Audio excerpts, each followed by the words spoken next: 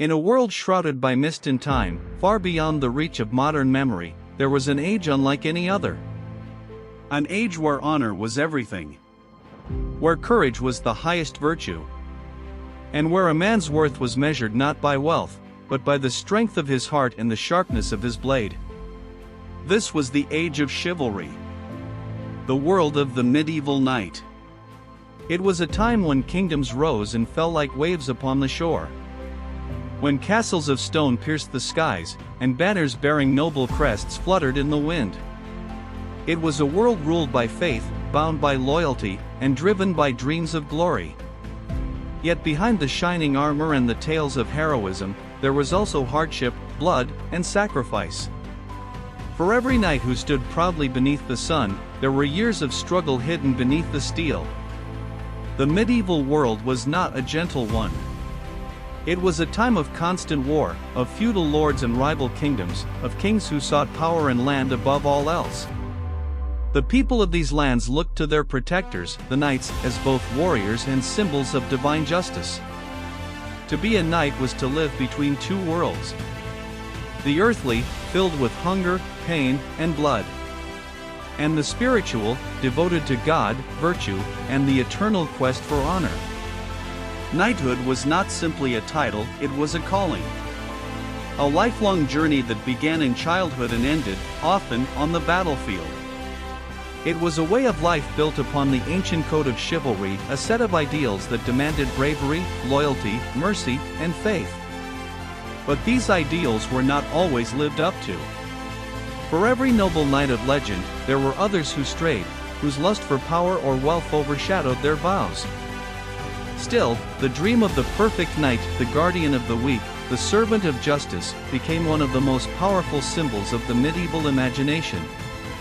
To understand this world, we must step back into the heart of the Middle Ages. To the years between the fall of Rome and the dawn of the Renaissance. When Europe was divided by war, faith, and ambition. It was an age where the church held the soul of man. Where kings commanded armies of steel. And where knights roamed the land in search of glory, purpose, and redemption. The sound of hooves echoing through forest paths. The gleam of armor catching the morning sun. The silent prayer whispered before battle. These were the moments that defined a knight's life. But to reach that moment of glory, to kneel before one's lord and receive the sacred tap of the sword, a young boy had to endure years of discipline, hardship, and transformation. For knighthood was not inherited. It was earned through pain, loyalty, and unyielding courage. So let us journey now into that world. A world of castles and kings. Of honor and betrayal. Of faith and fire. Let us uncover how the knights of the Middle Ages truly lived. How they trained, fought, loved, and prayed. Because beyond the armor, beyond the myths and songs, lies a story far more human. And far more extraordinary. This is the beginning of their tale. The dawn of the age of chivalry. To become a knight, one did not simply choose the path. It began at birth. For in the world of the Middle Ages, destiny was written not by desire, but by blood. Only those born into noble families could dream of wearing the armor of chivalry. A peasant boy, no matter how brave, would never be invited to the halls of knighthood. Nobility was both a blessing and a chain. From the moment a noble child entered the world, his future was shaped by duty. The walls of his father's manor or castle were his first kingdom. A place filled with stone corridors, flickering torches, and the echo of voices speaking of war, loyalty, and God. The young boy would hear tales of heroes long gone. Of Roland at Roncesvalles, of Arthur and his Knights of the Round Table. Of great crusaders who carried the cross across distant sands. These stories were more than bedtime tales. They were the blueprint of his life to come. By the age of 7, a noble boy's childhood would end. While common children played in fields or helped their parents in the village, the son of a lord was sent away. to live and serve in another noble household. There, he became a page. It was the first step toward becoming a knight. His days were filled with learning the foundations of nobility. To serve, to obey, to listen, and to observe. He would rise with the dawn, assist the lady of the house, polish armor, clean the stables, and carry messages. It was a life of service, not privilege. Through these humble tasks, he learned the essence of discipline and humility. He was taught to respect those above him, to care for the weak, and to see honor not as pride, but as purpose. In the evenings, his lessons turned to the mind. He studied reading and writing, though few knights ever became true scholars. He learned to recite prayers, to understand scripture, and to speak with courtesy, for a knight's words were as important as his sword. He was trained in music and dance, in manners and conversation. For a true knight was expected to be graceful, not just strong. He learned to handle hunting dogs and falcons, to ride with balance and control, and to play chess not merely as a game, but as a lesson in patience, foresight, and strategy. Yet behind the gentle lessons of courtly life, the shadow of war always lingered. As the boy watched the knights in shining armor ride out to battle, he dreamed of the day he too would bear a sword and defend his lord's honor. At times, he would sneak into the training yard, watching the squires practice with wooden weapons. The clash of shields, the grunt of effort, the thrill of skill. And in those moments, his heart would beat faster. He knew that one day, it would be his turn. For now, though, his task was to learn, to serve, and to grow. The world of knighthood was not built in haste. It required patience, loyalty, and the slow shaping of character.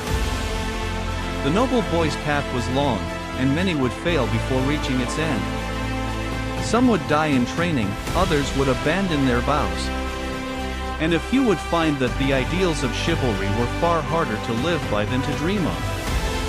But for those who endured, for those who carried both humility and courage in their hearts, the journey to knighthood would continue. And soon, they would take the next step, leaving behind the innocence of youth to embrace the trials of manhood. From page to squire, from servant to warrior, the path had only just begun. The path of knighthood was long, and every step tested the soul. After years as a page learning to serve, obey, and observe, a young boy reached the age of 14. It was then that he took his first true step toward becoming a knight. He became a squire. The squire's life was a life of discipline and devotion. He no longer carried messages or fetched meals, now he stood at the side of a knight, as both student and servant. He cleaned the armor, cared for the horses, sharpened the blades, and prepared his master's weapons before every battle. Each day began before dawn. The cold air of the courtyard bit at his skin as he lifted the heavy armor, feeling the weight of the steel he would one day wear himself. The clang of metal filled his mornings, the smell of sweat and iron followed him into the night. He learned the art of combat not through games, but through pain. Wooden swords, weighted shields, endless drills under the watchful eyes of older knights. He practiced until his arms burned, until his muscles ached, until his breath came in ragged gasps. For battle was not for the weak. A knight's body had to be as unyielding as his spirit. Beyond strength, he was taught discipline. He learned to remain calm under pressure, to follow orders without hesitation, and to act with honor even when no one was watching. Because chivalry, they said, was not something you claimed, it was something you proved every single day. In the court, he learned the ways of nobility. How to stand, how to speak, how to treat others with respect, especially women, elders, and the poor. He learned that the true measure of a knight was not how he wielded his sword, but how he carried his name. When he was not training for battle, he attended feasts and ceremonies, observing how lords negotiated and how politics shaped kingdoms. For a knight served not only in war, but in council as the trusted voice of his lord. Some squires were sent to war alongside their masters. They rode into battle carrying spare lances, tending to wounds, and even fighting when the moment demanded it. Many never returned home. But those who did, those who survived their first taste of blood and fire, carried a mark that could never be erased. The years of training forged more than just warriors. They created men bound by loyalty, faith, and endurance. Every scar, every bruise, every sleepless night was a step closer to the dream of knighthood. And when the time finally came, when his master declared that he was ready, the squire would stand before the world and take his final test. The ceremony that would transform him from a boy who served into a man who would be served.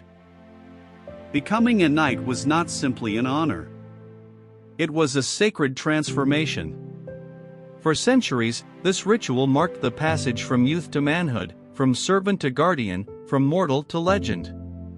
The night before the ceremony, the young squire would purify himself, body and soul. He would bathe, dress in a simple white tunic, and spend the night in prayer within the chapel. Kneeling before the altar, he would not sleep. Instead, he would meditate on his duty to God, his Lord, and his people. It was called the Vigil of Arms. A long, silent night surrounded by flickering candles, the scent of incense, and the weight of destiny pressing upon his shoulders. As dawn approached, the chapel doors opened. The squire would step into the morning light, his face pale but determined. He had left the boy behind. Now, only the knight remained. Before the gathered nobles, priests, and warriors, he knelt upon the stone floor. A priest would bless his sword, sprinkling holy water upon the blade. Then his lord, the man he had served for years, would stand before him. The lord would raise the flat of his sword, and with 3 solemn taps upon the squire's shoulders, he would speak the ancient words. In the name of God, Saint Michael, and Saint George, I dub thee knight. Be brave, be loyal, be true. The newly made knight would rise, not to applause, but to silence. For the weight of his new life was heavy, and every vow he made would follow him until death. He swore to protect the weak and defenseless, to honor women, to speak truth, to keep faith, and to serve his Lord with all his heart. He promised to never flee from battle, and to die with honor rather than live with shame. These were not mere words, they were bonds stronger than steel. After the oath came the ceremony of arms. His sword was girded at his side, his golden spurs fastened to his boots, a symbol that he was now among the chosen few. Music filled the hall as banners unfurled, and for a brief, shining moment, he stood as part of something eternal. In that instant, the world seemed bright with promise. Every knight believed that he would serve justice, protect the innocent, and live by the light of chivalry. But the truth of the Middle Ages was not always kind. Many who took the vow would soon discover that the world of knights was not only built on honor, but also on blood. And beyond the ceremony's glow lay the harsh reality of what it meant to live as a knight. The battles, the politics, the endless test of faith. Still, on that day, as he looked upon his shining armor and felt the sword at his side, every new knight carried within him the same silent dream, that his name would one day be remembered in song. The castle awakes before dawn. In the cold stone chambers, a knight stirs from his bed, not in some romantic tower draped in silks, but often in a drafty room shared with other members of the household. The air is thick with the smell of smoke from dying hearth fires, rushes strewn across the floor that haven't been changed in weeks, and the ever-present scent of animals that live within these walls. Let us walk through a day in the life of a medieval knight, and discover that reality was far more complex than the tales of glory would have us believe. The knight rises early, usually around dawn or shortly after. His first act is prayer. Medieval knights were deeply religious men, and the day began with devotions either in the castle chapel or privately in his chamber. This wasn't mere formality. Faith was woven into every aspect of a knight's existence, and morning prayers were as essential as breaking his fast. After prayers, the knight dresses. This is not a simple task. Even on ordinary days, a knight's clothing reflects his status. He wears a linen undertunic, a woolen tunic over it, often richly dyed in colors like crimson or deep blue, colors that signal wealth, as good dyes were expensive. Over this, a surcoat bearing his coat of arms. Hose covered his legs, secured with leather garters. Leather boots or shoes complete the ensemble. In winter, he adds a heavy cloak lined with fur, squirrel, fox, or if he's wealthy enough, ermine. Servants attend to these details. A knight of any standing has attendants, young pages learning the ways of nobility, body servants who manage his wardrobe, and personal squires who handle his weapons and armor. The knight does not dress himself, nor does he prepare his own meals. This is not laziness, it is the social order of the age, where every person has their place and their function. Breakfast is modest by medieval standards. Perhaps bread with ale or watered wine. The wealthy might have cheese, cold meat, or fish.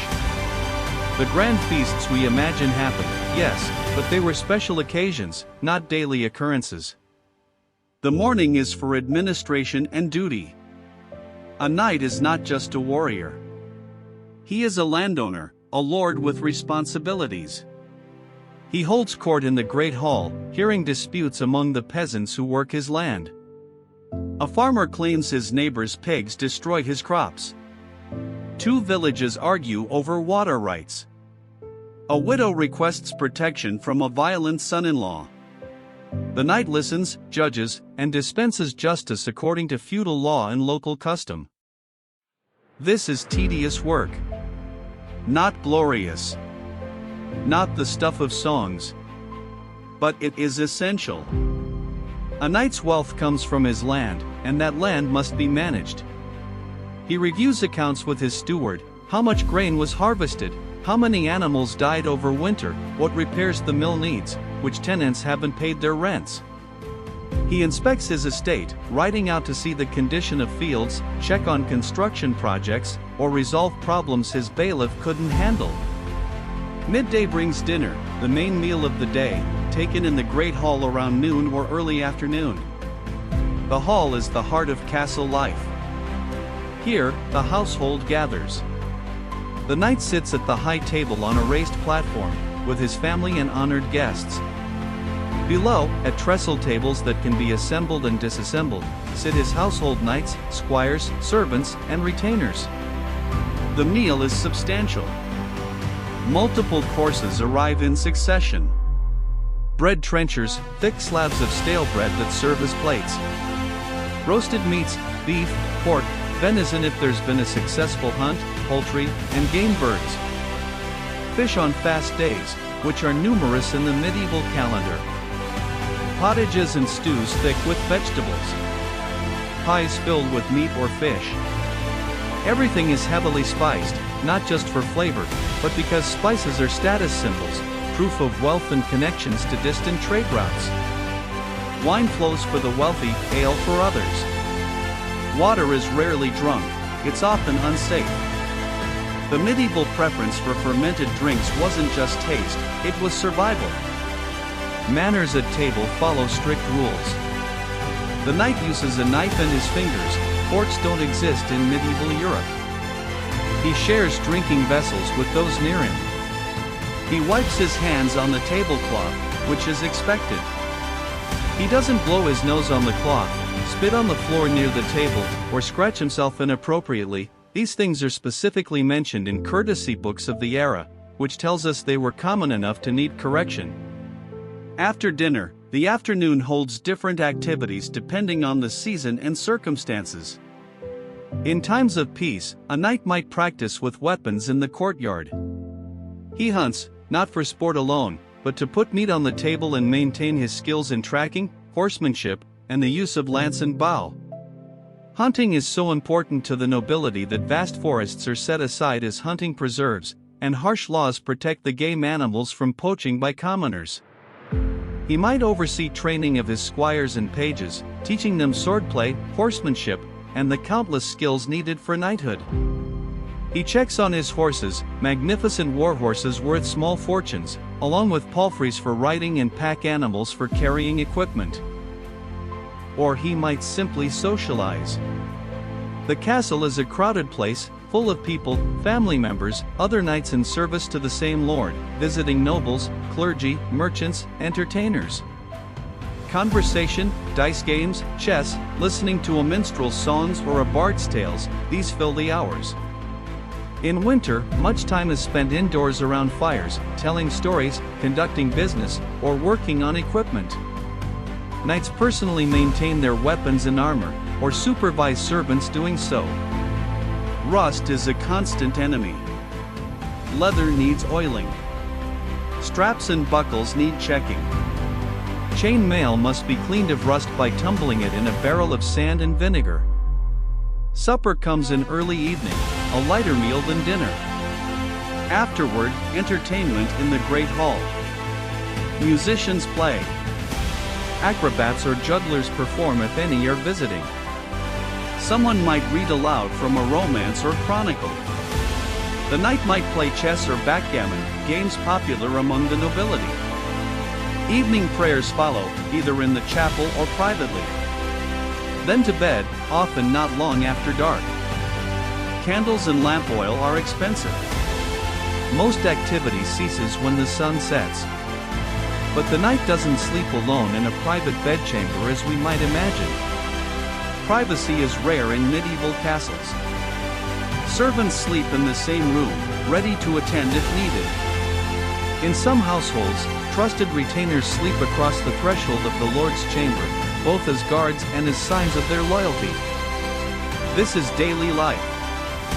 Routine. Mundane in many ways. The reality of knighthood involves far more administration, estate management, and social obligation than combat. Most knights go months or even years without seeing battle.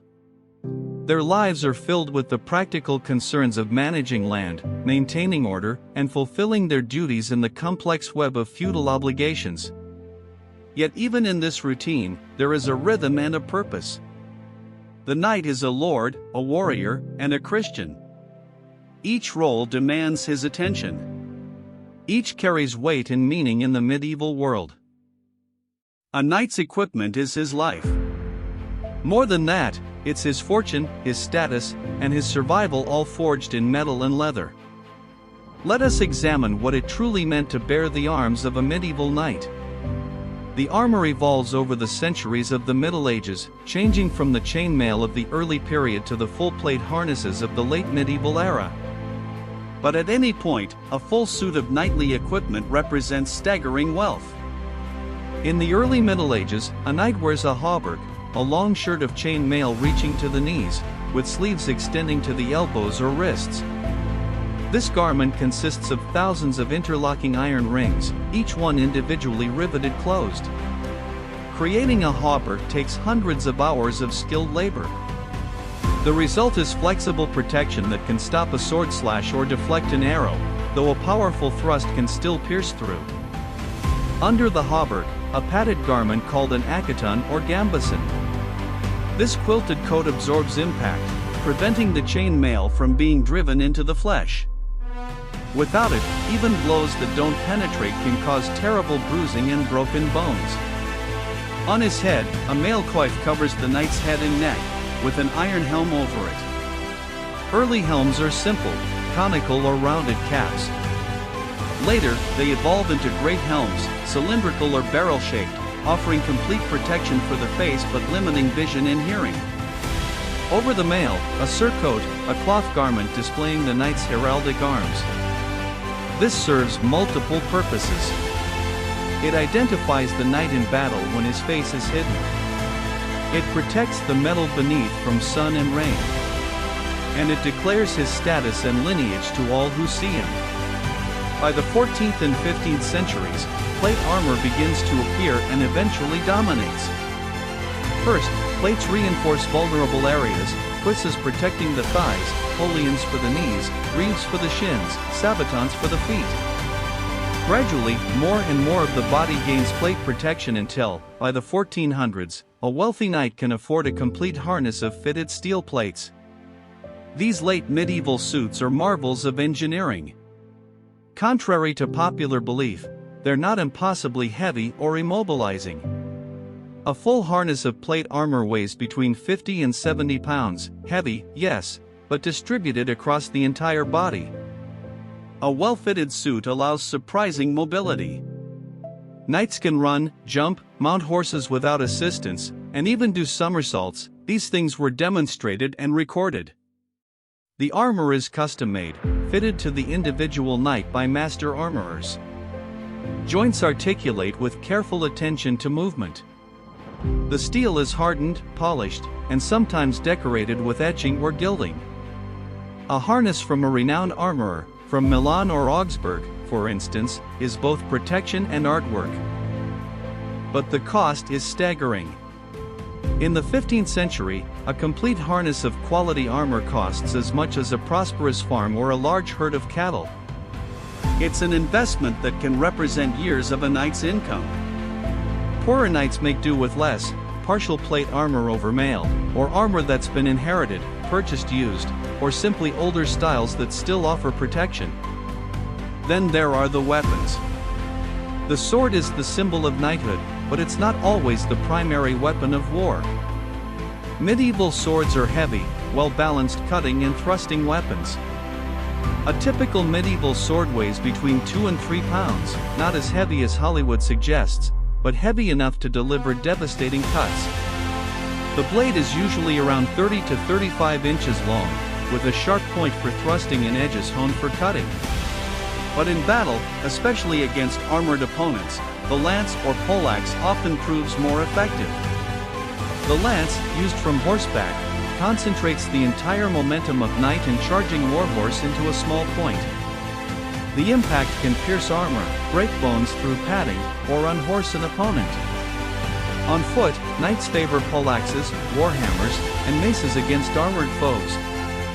These weapons deliver crushing blows that break bones and dent armor without needing to penetrate it. A sword struggles against plate armor. A poleaxe or warhammer does not.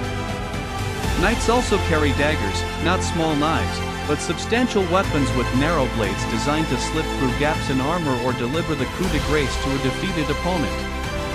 All these weapons require maintenance. Blades must be sharpened, oiled against rust, and checked for damage. Pommels and hilts need secure fastening. This is constant work.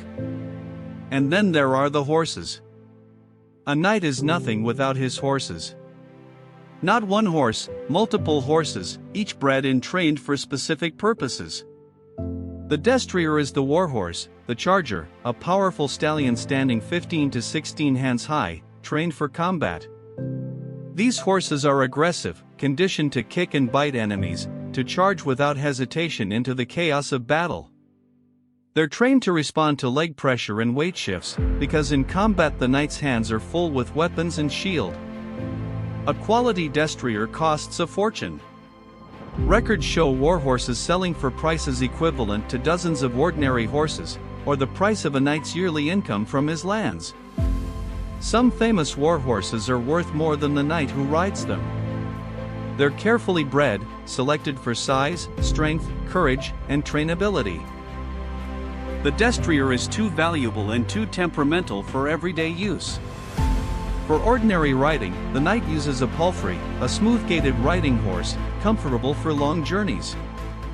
For carrying equipment, pack horses or rounceys. A knight on campaign might have a string of 5 or 6 horses, the destrier, a couple of rounceys for baggage, a palfrey for travel, perhaps a riding horse for a squire. Caring for these animals is a full-time occupation. Horses need feeding, and warhorses eat enormous amounts of grain and hay. They need grooming, hoof care, and attention to any injuries or illness. They require exercise and training to maintain condition and skills. Knights personally oversee this care, and squires spend hours daily tending to the horses. The tack and barding add more expense. The war saddle is a specialized piece of equipment, built high at pommel and cantle to hold the knight secure during the shock of combat. Stirrups, bridle, reins, all must be strong and reliable. Barding, armor for the horse, includes a chanfron protecting the face, a crinnet for the neck, and sometimes plate armor for the chest and flanks. Full barding is rare and expensive, typically reserved for wealthy knights or special occasions like tournaments. Training with all this equipment is essential and continuous. Fighting in armor is exhausting. The weight, the restricted vision, the heat, these things are manageable only with practice. A knight trains from youth, building the strength and endurance needed to fight effectively while armored. He practices mounting and dismounting in full armor. He learns to fall without injury, to roll and rise quickly. He drills with weapons until the movements become instinctive, sword strikes, lance couching, the timing of a charge. He trains his horses too. The destrier must learn not to fear the noise and chaos of battle, the screams, the smell of blood, the clash of weapons. Knights stage mock combats, create loud noises, surround the horse with activity until it remains steady and responsive. This equipment, the armor, weapons, and horses, represents not just wealth, but identity. A knight's arms are his profession and his pride. To lose them is to lose everything. To maintain them requires constant attention, significant expense, and the support of squires and servants. This is why knighthood is restricted to the wealthy. A peasant cannot afford to be a knight. The equipment alone places it beyond reach. Even a prosperous merchant struggles to bear the costs. Knighthood is for the landed nobility, those with estates producing income sufficient to support this expensive martial lifestyle. Yet for those who can afford it, these arms and armor are more than tools. They are symbols of honor, marks of status, and instruments of a way of life that defines the medieval world. To see a knight in full harness, mounted on a powerful warhorse, is to see the apex of medieval military might, a warrior who has spent years and fortunes preparing for the moment when he must face death in service to his lord, his faith, and his honor. A knight does not simply wake one day ready for battle.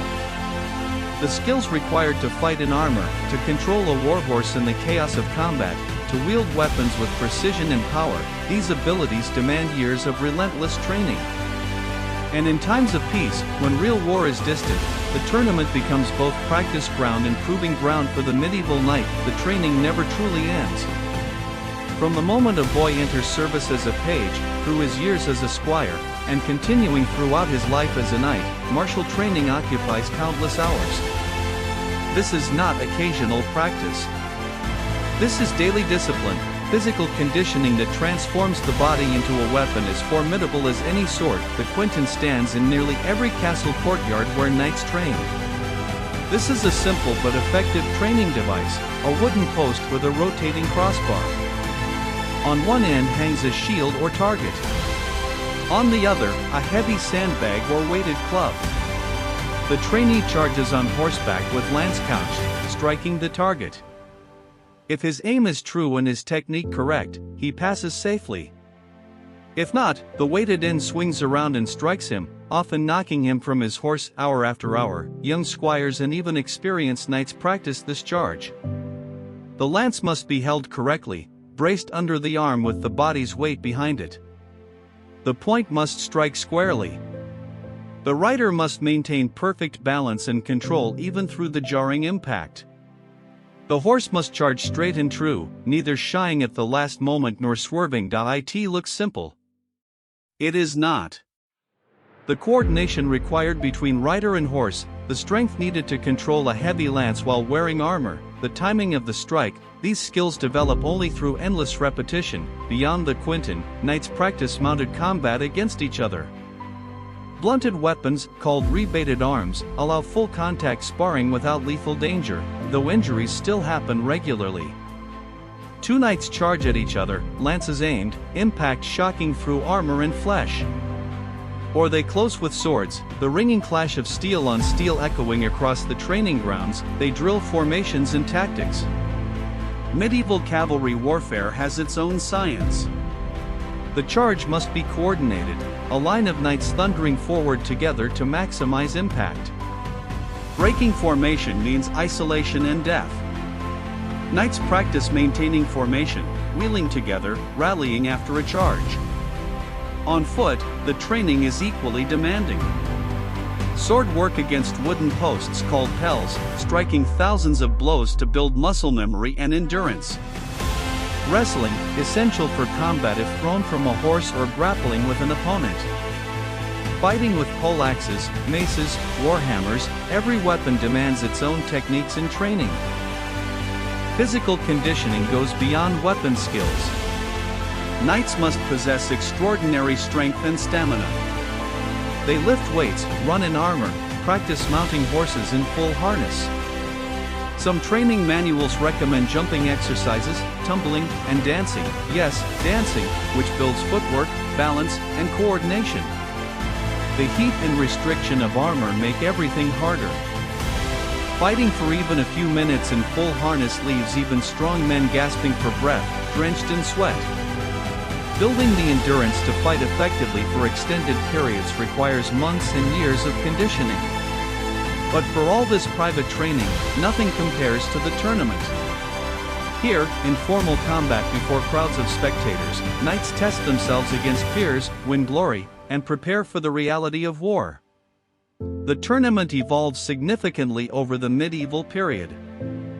Early tournaments, in the 11th and 12th centuries, are brutal affairs barely distinguishable from actual battles.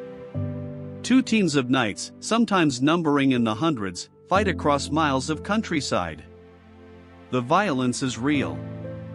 Knights die regularly in these melees. Others are captured and held for ransom, just as in war. These early tournaments are training for war, pure and simple. They teach knights to fight in groups, to recognize friend from foe in the confusion of combat, to manage horses through sustained fighting.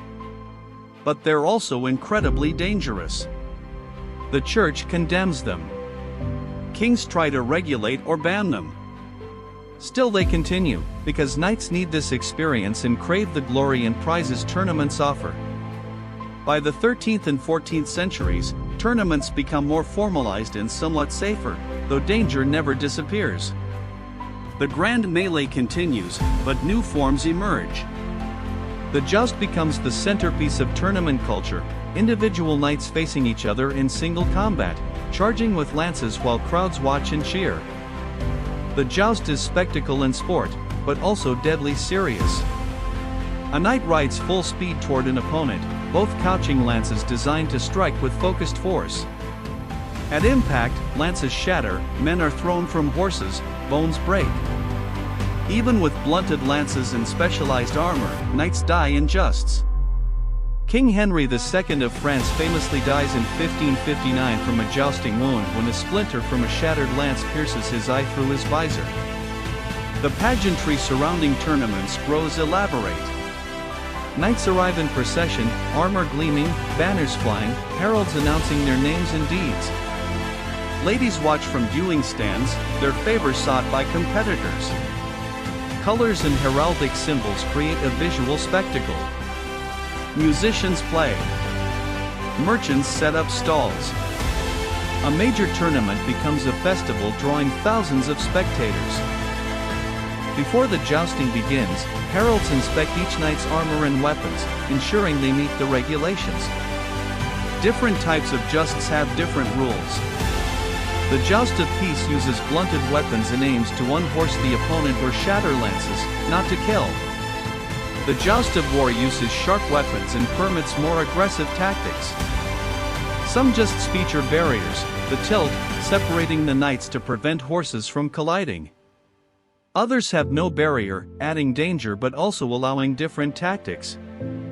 The mechanics of the joust demand perfect timing and courage. The knight must accelerate his horse to full gallop, control the massive animal with legs alone while both hands manage the lance, aim the lance point at a target on a moving opponent while he himself is moving at high speed, brace for impact that can feel like hitting a stone wall, and maintain seat in the saddle through the shock. Miss the target, and there's humiliation before the crowd. Get struck while failing to strike back, and there's the jarring impact, possibly being knocked from the horse, crashing to the ground in heavy armor.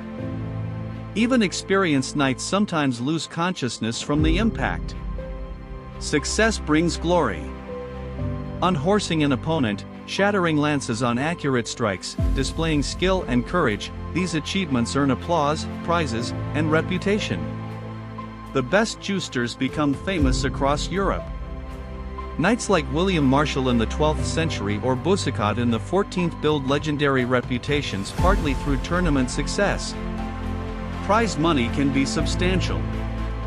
Winners claim defeated opponents' horses and armor as spoils, or receive cash prizes from tournament sponsors. For poorer knights, tournament winnings provide essential income. William Marshal, before becoming one of the most powerful men in England, supported himself for years primarily through tournament winnings. But tournaments serve purposes beyond sport and profit. They're where reputations are made or destroyed. A knight who shows cowardice or poor skill in a tournament faces social disgrace. One who displays courage, honor, and prowess wins respect and advancement. Lord-seeking capable warriors watch tournaments to identify talent. Ladies note which knights display the virtues of chivalry. Tournaments also serve diplomatic and political functions. They bring nobility together from wide regions, allowing networking, negotiation, and alliance building. A king might host a tournament to display his wealth and power, to reward loyal vassals, or to provide entertainment that keeps his nobility content and occupied. The connection between tournament and warfare remains direct. The skills practiced in justs and melees are exactly those needed in battle. The courage required to charge with lance toward an opponent transfers to charging into enemy lines. The experience of impact, of fighting in armor, of managing a warhorse through combat chaos, these lessons learned in tournaments saved lives in war. Yet there are differences. Tournaments have rules, marshals to enforce them, physicians standing ready. Real battle has none of these safeguards. The opponent in a tournament is a fellow knight bound by the same code of honor. The enemy in war might be anyone: peasant soldiers with billhooks who drag knights from horses and butcher them, archers who strike from distance, mercenaries who care nothing for chivalric ideals. The tournament celebrates an idealized vision of combat, individual prowess, honor, courage displayed before admiring crowds. War is mud and blood, screaming chaos, watching friends die in agony, the smell of burning villages. Tournaments prepare knights for some of this, but never all of it. Still, knights train constantly because when war comes, there is no second chance. The man who has spent years practicing, who has tested himself in tournaments, who has built strength and skill and courage through endless repetition, that man has a chance to survive. The one who has not, does not. Above all else, a knight is defined not just by his weapons and armor, not merely by his training and prowess in battle, but by the code that governs his conduct. This is chivalry, a complex system of values, expectations, and ideals that shapes every aspect of a knight's life and identity. But we must be careful here. We must distinguish between the ideal and the reality, between what chivalry demanded and what knights actually did. For chivalry exists as much in poetry and imagination as in lived experience, and the gap between the two tells us much about the medieval world. The word chivalry comes from the French chevalerie, meaning horsemanship or cavalry. At its core, chivalry begins as a warrior code, a set of martial virtues expected of mounted warriors. Courage in battle. Loyalty to one's lord. Prowess with weapons. Strength and skill in combat. These are the foundation. But as the medieval period progresses, chivalry evolves into something more elaborate. The church works to Christianize the warrior class, to channel their violence toward acceptable ends. Romantic literature adds layers of courtesy, refinement, and devotion to ladies. By the height of the Middle Ages, chivalry encompasses a bewildering array of virtues and expectations. Let us examine what chivalry demands of a knight. First and foremost, courage. A knight must be brave, willing to face death without flinching. Cowardice is the ultimate disgrace, a stain on honor that cannot be washed away. In battle, a knight must fight fiercely, never flee, never surrender except under specific honorable conditions.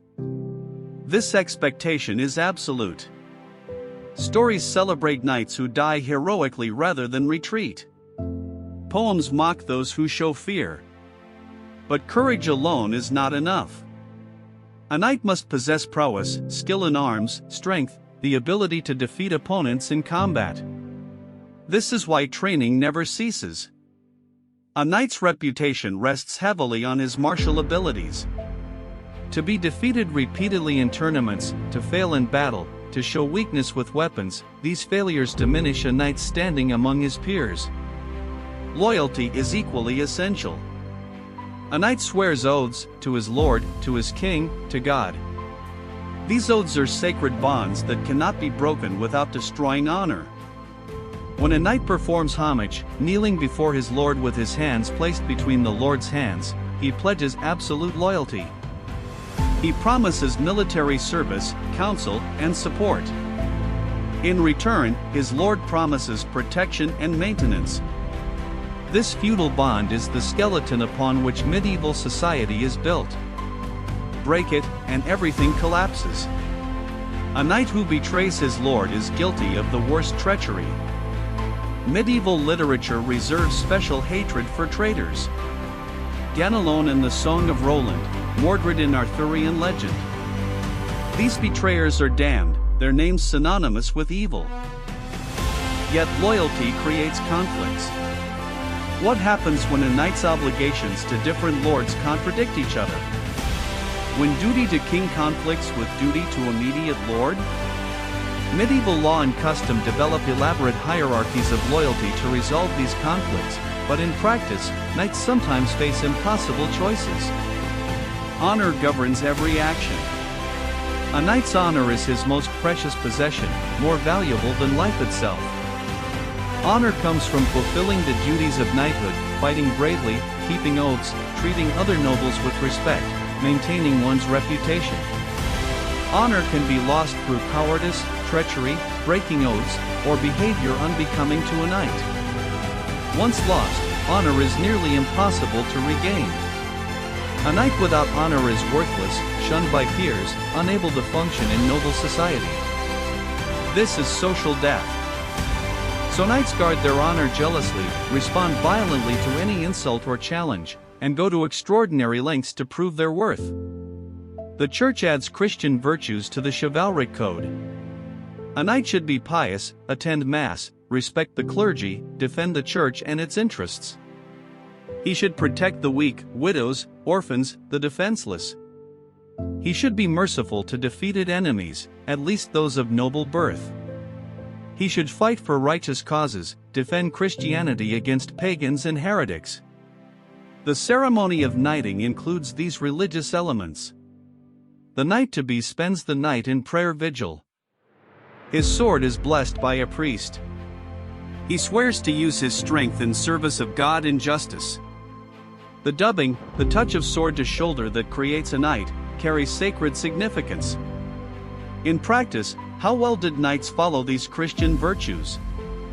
The historical record is mixed. Some knights were genuinely pious, founded monasteries, went on crusade out of sincere faith. Others simply gave lip service to religious ideals while living violently and rapaciously. The Church's attempt to civilize and Christianize the warrior class achieved partial success at best. Then there is courtly love, the elaborate system of romance and devotion to ladies that literature makes central to chivalry. According to these ideals, a knight should choose a lady, often someone of higher status or the wife of his lord, and devote himself to her. He performs great deeds to win her favor. he suffers agonies of unrequited love. He worships her from afar, his passion pure and ennobling. This is the chivalry of troubadours and romance poets. It's beautiful, emotionally rich, and almost entirely fictional. Real medieval marriages among nobility were business arrangements, alliances between families designed to consolidate power and property. Love, in the romantic sense, was considered irrelevant or even dangerous to marriage. Courtly love exists primarily in literature, in the songs of troubadours, in romances like those of Chrétien de Troyes or the tales of Lancelot and Guinevere. Some knights certainly admired ladies, competed for their favor in tournaments, adopted their colors. But the elaborate rituals of courtly love remained largely in the realm of fantasy, an ideal that influenced behavior at the margins but never dominated reality. Knights were also expected to display generosity, called largesse. A knight should be open-handed with gifts, generous to his followers, willing to share spoils of war. Stinginess was despised among the nobility. This wasn't pure altruism. Largesse built and maintained the networks of loyalty and obligation that feudal society required. A lord who hoarded wealth couldn't attract and keep good warriors. A knight who earned reputation for generosity enhanced his honor and standing. Courtesy and refined manners become increasingly important as chivalry evolves. Knights are expected to behave with elegance, to speak well, to understand etiquette and proper behavior at court. This is especially true by the later Middle Ages, when the rough warriors of earlier centuries give way to more sophisticated courtly knights. Books of manners appear, instructing knights in proper behavior. How to serve at table. How to address different ranks of nobility. What topics are appropriate for conversation with ladies. How to dance, hunt, play chess. Being a knight requires social skills as well as martial ones. But here we must confront the great contradiction at the heart of chivalry. The code demands mercy, protection of the weak, Christian virtue, refined courtesy. Yet knights are warriors, trained to kill, economically dependent on war and violence. How do these things coexist? The answer is that chivalry applies selectively. Knights are expected to treat other knights with honor and respect. In battle between nobles, there are rules. A defeated knight of good family should be captured for ransom, not killed. Prisoners should be treated well. Combat should follow certain forms. But these courtesies extend only to the nobility. Peasants, townspeople, common soldiers, they exist outside the chivalric code. Knights slaughter them without compunction.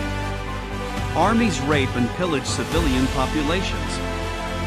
Villages burn. The rules of chivalry do not protect the common people. This is not hypocrisy, from the medieval perspective. It's simply the social order. Chivalry governs relations among the noble class.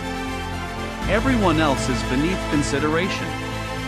A knight who shows mercy to a defeated noble opponent might, the next day, oversee the massacre of an entire town's population. He sees no contradiction. The gap between ideal and reality appears throughout chivalric culture. Literature celebrates knights who are perfectly brave, perfectly loyal, perfectly pure. Real knights are human, flawed, often violent and greedy. They betray their lords when it serves their interests. They commit atrocities. They pursue wealth and power as much as honor. Yet the ideal matters. It shapes behavior, creates expectations, provides a model even if imperfectly followed. A knight who completely abandons chivalric values faces consequences: loss of reputation, social sanction, inability to function in noble society. The code has teeth, even if those teeth don't bite as hard as the poets suggest. Some knights do live up to the ideals, or come close. William Marshall, the greatest knight of the 12th century, earns a reputation for keeping his word absolutely, never betraying his lord even when tempted, treating opponents with honor. He's celebrated not because such behavior is common, but because it's exceptional. Chivalry also provides a language and framework for understanding knighthood. It gives meaning to what might otherwise be simply violence and brutality. The knight is not merely a killer, he's a defender of righteousness, a warrior for God and justice, a paragon of virtue. This self-image matters deeply to medieval knights. It justifies their privileges, their violence, their dominant position in society. The code of chivalry, then, is complex and contradictory. It is simultaneously real and imagined, a lived system of values and a literary fantasy. It demands virtues that are genuinely practiced alongside virtues that remain largely aspirational. It creates bonds of honor among the nobility while excluding the vast majority of humanity from its protections. Understanding this code means understanding medieval knights not as simple heroes or villains, but as products of their time, men trying to find honor and meaning within a violent world, guided by a code that was simultaneously inspiring and deeply flawed, that elevated them above others while binding them to obligations they couldn't always fulfill. This is chivalry, the dream that never quite became reality, yet shaped the medieval world and echoes still in our modern imaginations of what a knight should be.